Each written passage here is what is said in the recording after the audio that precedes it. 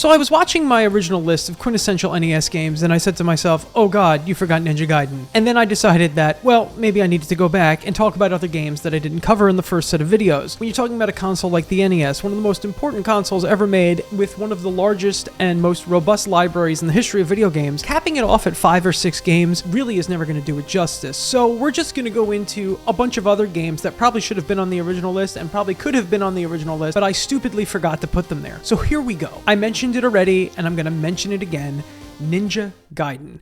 There is really no better 2D action game, I think, on the NES than Ninja Gaiden and its series. I think the first one really sends home the message of what this series is all about and just how good an action platformer can be. It does have a little bit of Castlevania in it with the way you use your sub-weapons and things like that. It's also just a really fast and frenetic game. It's punishing, it's unforgiving, and it's everything the Ninja Gaiden series would go to become later on. As we go and play Ninja Gaiden on the Xbox and future consoles, they are punishing, difficult games. And that really harkens back to the NES era, where video games were hard just because, well, they were hard for a bunch of reasons, but sometimes they were hard just because they didn't want you to be able to beat them quick.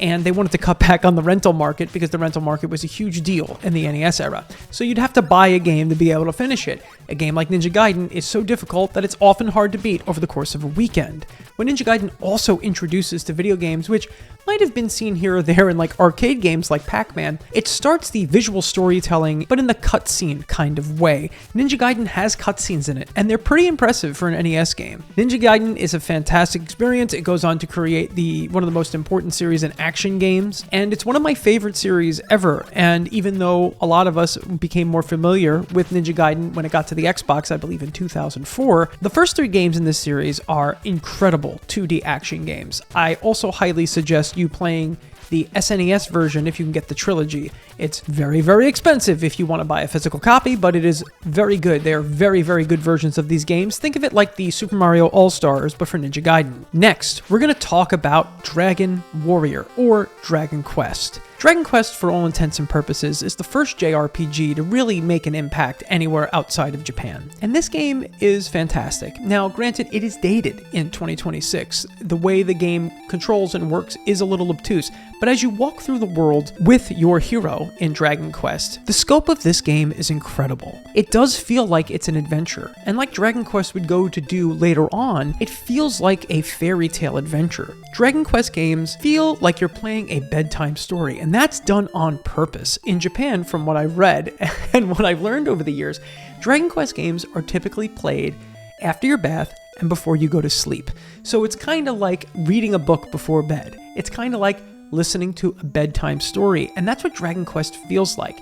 What's crazy about the original Dragon Quest is that you play as one character as you go through this world. Now, this game has been remade a few times. There's a mobile version of this game, there is a Game Boy Color version of this game, and most recently there is an HD 2D remake remaster of this game, which, if you haven't played this game before, it's probably the most accessible version of this game, and it's probably the best version of this game to play in this current environment, and it's really good, folks. It's just a really good RPG, and you can see where Final Fantasy really started to get some ideas for what it wanted to be by looking at Dragon Quest. Huge influence on games like Pokemon, and pretty much every JRPG that would release moving forward. Dragon Quest is a must-play for any RPG fan. I'm an RPG fanatic.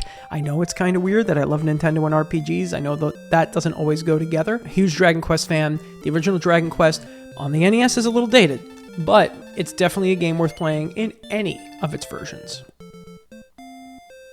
Next, we're going to talk about a sports game, and that is Mike Tyson's Punch-Out! Mike Tyson's Punch-Out! Feels a little bit like Street Fighter before Street Fighter. Punch-Out! Is such a fun experience. This one-on-one boxing game has all of the gravitas and all of the impact and action of a modern fighting game. The way that the scale works between you as Little Mac and the gigantic boxers as they pop onto the screen and you punch them in the gut, or you punch them in the face, or you dodge, or you do a super punch. It feels so good on the NES, and the music blaring behind you as you're fighting your way through all these circuits. The reason why this is an essential game for me, for the NES, ultimately, is because nothing else feels like this. To this day, nothing really feels like this outside of other Punch-Out games, and unfortunately, they don't really make those anymore. So if you can get your hands on Mike Tyson's Punch-Out, and you want to play through this, it's definitely worth the experience. It's worth your time with it. It is an incredibly fun, colorful, and incredible game. Nintendo just took their arcade games, Punch-Out and Super Punch-Out, and converted them into an incredible version on the NES that is both fun and brutally challenging, and also has this puzzle element to it, because each boxer has a tell. Each boxer has a funky or creative way that you can fight them to give yourself the upper hand, whether it's punching them in the gut right before they hit you, or dodging and punching them in the jaw, like in the case of Glass Joe, who has a glass jaw. This game is fantastic. They would go on to make a few more Punch-Out games over the years, most notably Super Punch-Out on the Super Nintendo, which is one of my favorite games on the Super Nintendo, and then eventually there's a Wii version of Punch-Out. We don't really see this series that frequently, but it's still very much an important part of Nintendo's history, Nintendo's arcade history, and Nintendo's home console history. That brings us to a game that I played so much as a child, and that is Double Dragon. Double Dragon is a side-scrolling, belt-scrolling beat-em-up game. One of the first of its kind. Double Dragon was a huge hit in the arcades before they ported it to the NES, and while the NES version is very different than their arcade version, which we will go to see throughout the history of NES games that get ported from the arcade, the NES versions of these games are usually very different. But Double Dragon does something that is incredibly interesting. It creates a port of this legendary arcade game that both feels really at home in the NES. They're my favorite versions of the Double Dragon songs. Now, this game is pretty straightforward. You move to the right and you hit stuff. You can punch, you can kick, and as you take enemies out and earn points, you get special abilities that move on as you move forward, like an uppercut, a spin kick, you get a jump kick, you get a jump, you get a headbutt. My personal favorite, one of the most violent things I've seen in video games at that period in time, is you're able to smash someone's face into your knee a bunch of times and then chuck them away. Yep, you heard it. You bash them in the face with your knee and you throw them into the garbage. As a kid, I played this game not realizing how incredibly violent this game was, because not only do you smash people with your knees, you throw knives at them, you throw dynamite at them. Where Double Dragon comes from, it comes from the Kunio-kun series, or series that's based around River City Ransom and Super Dodgeball, games like that. But those games always had a bit more of a cartoony aesthetic, where Double Dragon seems like it's a little bit more realistic. Now, this game, like I said, it's violent. And it's a little bit more, for lack of a better word, mature than a lot of NES games. I mean, the first scene in this game is you see a bunch of thugs walk up to, I don't know if it's Billy or Jimmy Lee's girlfriend. They punch her in the stomach and carry her off. Like, it's a little intense, and it might be a little much for some gamers, but this game rules. I love Double Dragon. It feels really good. Like, the combat feels so tight, and the fighting is just excellent. If you're gonna play a 2D beat 'em up on the NES, I'm always gonna suggest Double Dragon, or Double Dragon 2 or 3, they're all fun. If you're not going to play like Ninja Turtles, which is also very, very good. But Double Dragon is amazing. It's one of my quintessential NES experiences, and I think everyone should give it a shot. I might have just brought up a licensed game, but some of the best licensed games on the NES come from Capcom and Konami. Obviously, the Turtles game is great. I don't talk about the Turtles game here, but everyone, if you can find Turtles 89, go ahead and find it. It's really, really good. One of my favorite licensed games on the NES is from Capcom, and that's Ducktales. Ducktales was a huge deal in terms of cartoons in the late 1980s and early 1990s, and they made the perfect video game to go along with it. Like a lot of things Capcom does, Ducktales does feel a little bit like a Mega Man game. You start the game at a menu, you select what stage you want to go to, you go to that stage, you collect a bunch of treasure, you fight a bunch of bosses, you do all this crazy stuff all over the world with Scrooge McDuck, you make a ton of money and you hoard it for yourself and you put it in the money bin. But what is great about DuckTales is the amount of things that Scrooge can do. Scrooge can jump, obviously, but he has this cane, his famous cane, that he can use to like golf slide things away. He can use it to like hit rocks into the sky. Most importantly, he uses his cane to pogo jump on top of enemies, over hazards, and we would go to see this function and this functionality used in games much, much later on, like Shovel Knight. DuckTales is a incredibly influential experience, and once again, because it's 80s Capcom, the music just slaps. These songs are so, so good, whether it's Transylvania or the Amazon Yukon or the moon or the Himalayas. You feel like you're on this globetrotting adventure like you would have felt in the cartoon. A lot of familiar faces do pop up from the classic Disney cartoon of the same name. Box art is great. It's classic Ducktales box art, but if you can find the Keiji Inafune, he's the guy who does Mega Man, if you can find his art for the original game, it is incredible, and you can see his art all over the game in terms of enemies. Ducktales is a home run for a licensed game when licensed games aren't always that strong. And lastly, I'm going to leave you with an action RPG on the NES. I understand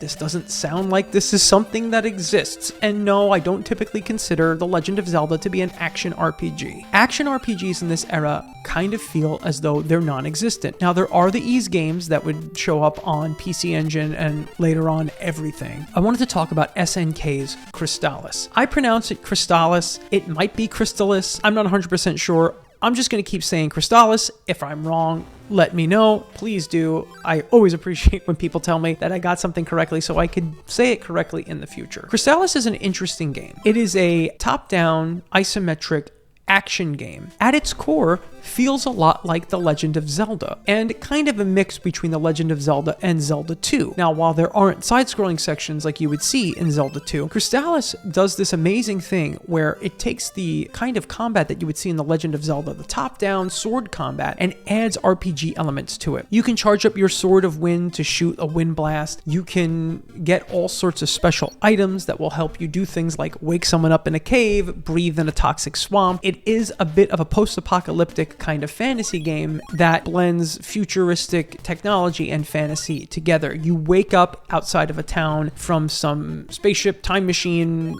cryo sleep kind of thing. Then you go out into the world and do a bunch of stuff. You actually do gain experience and level up over time. That was something that wasn't really seen all that much in the NES era, and it's something that we're much more acquainted with now as the action RPG has kind of supplanted the turn-based RPG in many places. Will I say Crystalis is the most important action RPG ever made? I don't think so, but I do think it's very influential as to where action RPGs would go moving forward. I think it's an incredible NES game. It's a later NES game. I believe it's made maybe in the 1990, maybe 1991 or 2, but it's such a great experience, and it goes to show you just how much the NES can do and just how good and robust the experience was on the NES. Because if you're a Zelda fan and a Final Fantasy fan, Crystalis is an incredible game that kind of blends the styles a little bit. You can buy armor and equipment and trade up and all that as well. So it does have a lot of that classic RPG feel. If you're an Ys fan, Zelda fan, and haven't played this game, I highly suggest you take a look at it. I believe it is on the SNK collection that came out a few years ago, if you don't want to try to dig up an NES to play it. I love this game. I think it's slept on a little bit, and I think it's one of the better NES games that we don't talk about. Whew.